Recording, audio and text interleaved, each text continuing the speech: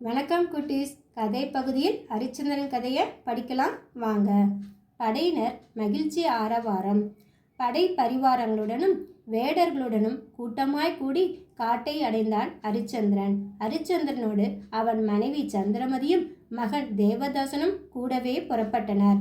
காட்டு விலங்குகளையும் பறவைகளையும் மலை போல் கொன்று குவித்தனர். அவர்களின் அம்புகளுக்கும் வேட்டைக்கும் தப்பிய விலங்குகளும் பறவைகளும் அஞ்சி நடுங்கியவாறே விரைந்தோடி விஸ்வாமித்திரிடம் முறையிட்டன. இப்போது விஸ்வாமித்திரின் கண்களில் நெருப்பு பொறி கிளம்பியது. தனது தவ வலிமையால் வலிமை வாய்ந்த காட்டுப்பன்றி ஒன்றை படைத்து ஹரிச்சந்திரன் நாட்டின் மீது ஏவினார். முனிவரின் தவ வலிமையால் படைக்கப்பட்ட காட்டுப்பன்றி மன்னனின் படைகளை சின்னாபின்னமாக்கியது. வேடர்களும் வீரர்களும் இறந்து ஒழித்தனர். இதை கண்ட ஹரிச்சந்திரனுக்கு கோபம் பொங்கி எழுந்தது. கேவலம் ஒரு காட்டுப்பன்றியா வேடர்களையும் வீரர்களையும் கொன்று ஒழிப்பது என்று எண்ணிய மன்னன் அதனை கொன்று ஒழிக்க காளி தேவியின் திருவருளால் கிடைத்த வில்லை எடுத்துக்கொண்டு அவள் அருளால் கிடைத்த தேரிலே ஏறி பன்றியை நோக்கி விரைந்து சென்றான். அந்த பன்றியோ மிகவும் வலிமை படைத்தது. அரசனின் முன் அஞ்சாமல் சென்று அவன் தேரையே சாய்க்க முயற்சித்தது. உடனே அரசன் அக்னிமயமான ஒரு அம்பை அதன் மீது எய்தான். அக்காட்டுப்பன்றி ஒரு மலையின் மீது மோதி வீழ்ந்தது. காட்டுப்பன்றி பயங்கர சத்தத்துடன் அலறி துடித்து வீழ்ந்ததை கண்ட ஹரிச்சந்திரனின் படை வீரர்கள் பெரும் மகிழ்ச்சியால் ஆரவாரம் செய்தனர். பின்னர் அனைவரும் வேட்டையாடிய களைப்பு நீங்க அருகில் இருந்த நீர்நிலையில் நீராடினர். பின்பு ஒன்றாக அமர்ந்து உரையாடி மகிழ்ந்தனர். இனி உன்னை சும்மாவிட போவதில்லை. ஹரிச்சந்திரனின் கூர்மையான அம்பு பட்டதினால் வீழ்ந்த காட்டுப்பன்றி ஓட்டமாய் ஓடி விஸ்வாமித்திரன் முனிவர் முன்னே சென்று வேதனையோடு நின்றது.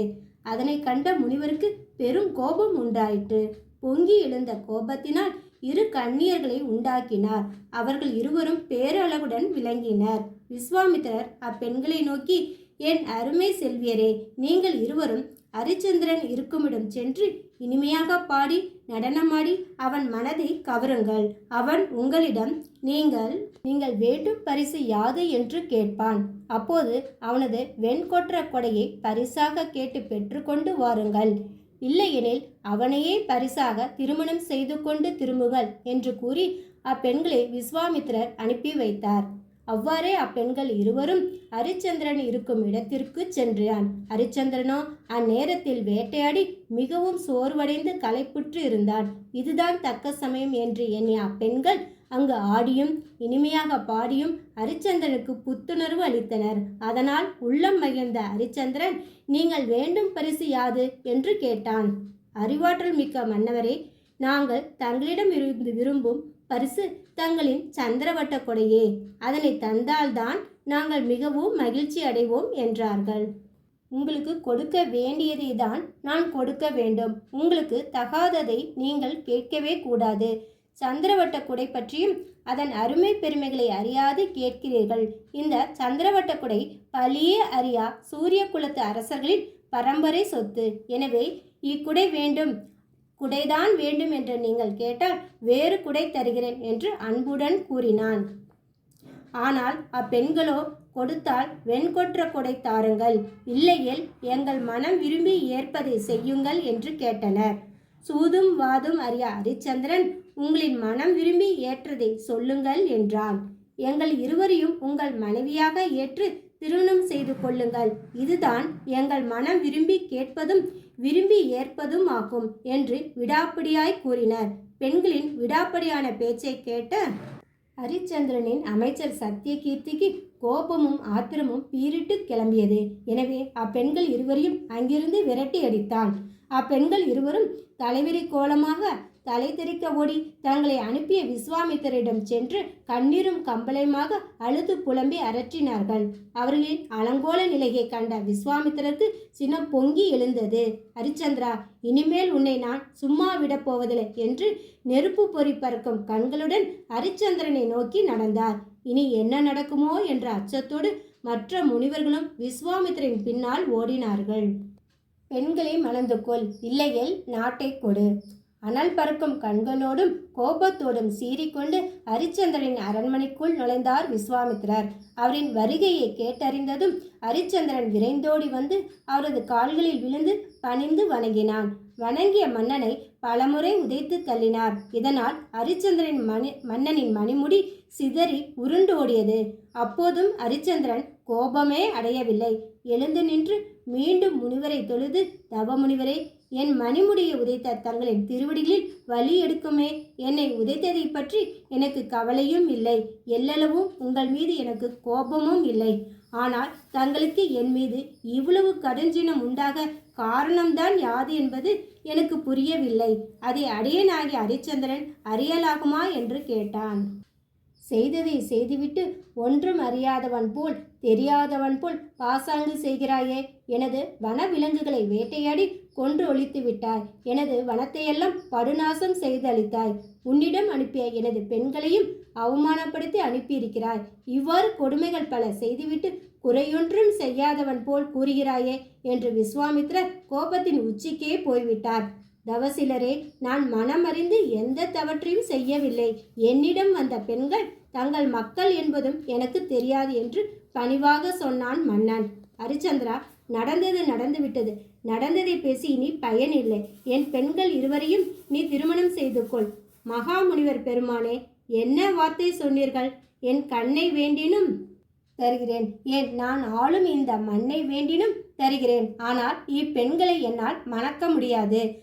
அது முறையற்ற செயலாகும் என கூறி மறுத்துவிட்டான். ஹரிச்சந்திரா, நீ வாய்மை தவறாதவன், சொன்ன சொல் தவறாதவன். ஆனால் நீ இப்போது சொன்னாயே, அதன்படி நடப்பாயா? சொல்லுங்கள், நிச்சயம் அதன்படி நடப்பேன் என்று உறுதியாக கூறினான் ஹரிச்சந்திரன். நீ இப்போது சொன்னாயே, இந்த மண்ணை வேண்டினாலும் தருவேன் என்று கூறினாயே, அவ்வாறு உன் நாட்டை எனக்கு தந்து விடுகிறாயா என கேட்டார் சூழ்ச்சியின் திறமறிந்த விஸ்வாமித்திரர். விஸ்வாமித்திரர், தந்து விடுகிறாயா என்று கேட்டதுதான் தாமதம். இதோ இப்போதே தந்தேன். என் நாடு இனி உங்களுடையது. 4 வகை படைகளும் நாட்டில் உள்ள செல்வங்களும் இனி உங்களுக்கே தத்தம் செய்து தந்தேன். தத்தம் செய்து தந்ததற்கு சாட்சியாக தாரை வார்த்து தருகிறேன் என்று கூறி எல் என்றால் என்னையாக நின்றான் ஹரிச்சந்திரன். நாடும் நாட்டு செல்வங்களும் நம் கையில் கிடைத்துவிட்டதே என்று விஸ்வாமித்திரரும் அவருடன் வந்த மற்ற முனிவர்களும் அளவிலா மகிழ்ச்சி அடைந்தனர். பிறகு ஹரிச்சந்திரனும் அவன் மனைவி மகன் மூவரும் அணிந்திருந்த உயர்ந்த ஆடைகளையும் ஆபரணங்களையும் தருக என்று கேட்டு பெற்று கொண்டார். அதனால் அவர்கள் மூவரும் மர உரி தரித்து கொண்டனர். ஹரிச்சந்திரா, நீ என்னிடம் என் வேள்விக்கு பொருள் தருவதாக சொன்னாயல்லவா? அப்பெரும் பொருளை இப்போது என்னிடம் கொடுத்துவிட்டு போய் என்றார் முனிவர். தவசிலரே, நான் தான் நாடு நகரங்களை எல்லாம் தங்களுக்கு உரிமையாகி கொடுத்து விட்டேன். நீங்கள் வேண்டும் பொருள் நாட்டின் கருவூலத்தில் தானே இருக்கிறது. நீங்களே எடுத்துக்கொள்ளுங்கள் என்றான் ஹரிச்சந்திரன். ஹரிச்சந்திரன் கூறியதை கேட்ட விஸ்வாமித்திரர் ஏளனமாக சிரித்தார். அப்போது ஒன்றுமே புரியாமல் குழம்பினான் ஹரிச்சந்திரன். ஹரிச்சந்திரா, நீ என்ன சொல்கிறாய்? நீதான் நாடு நகரங்களை எல்லாம் எனக்கு தாரை வார்த்து தந்து விட்டாயே. இப்போது அவையெல்லாம் எனக்கு உரிமையாகி விட்டன. இனி அவற்றின் மீது உனக்கு உரிமையே இல்லையே. ஆகவே நீ முன்பே எனக்கு வாக்களித்தபடி எனக்கு யாகம் செய்ய இப்போது உனக்கு உரிமையாக உள்ளதிலிருந்து பெரும் பொருளை தருக என்று கேட்க மீண்டும் ஏளனமாக சிரித்தார். ஐயகோ, பொருள் தரவில்லை எனில் நம்மால் நம் பரம்பரைக்கே சூரிய குலத்திற்கே அவப்பெயர் இழிச்சொல் வந்துவிடுமே என்று எண்ணி எண்ணி கூனி குறுகினான்.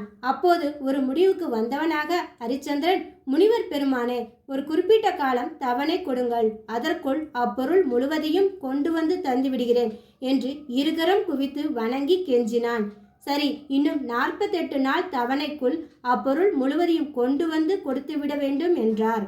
பிறகு ஹரிச்சந்திரன் தன் மனைவி சந்திரமதியோடும் தன் மகன் தேவதாசனோடும் நாட்டை விட்டு செல்ல முற்பட்டார். அப்போது அங்கிருந்த குடிமக்களிடம், என்பால் அன்பும் மதிப்பும் கொண்ட எனதருமை மக்களே, நீங்கள் எப்படி என்னிடம் பண்போடும் பரிவோடும் அன்போடும் அறிவோடும் ஆதரவோடும் நடந்து கொண்டீர்களோ அவ்வாறே நாம் முனிவரிடம் நடந்து கொள்ள வேண்டுமாய் உங்களை பணிவோடு வேண்டுகிறேன் என்று உருக்கமுடன் மக்களை கேட்டுக்கொண்டான் ஹரிச்சந்திரன். குட்டீஸ், கதையின் தொடர்ச்சியை அடுத்த வீடியோவில் படிக்கலாம்.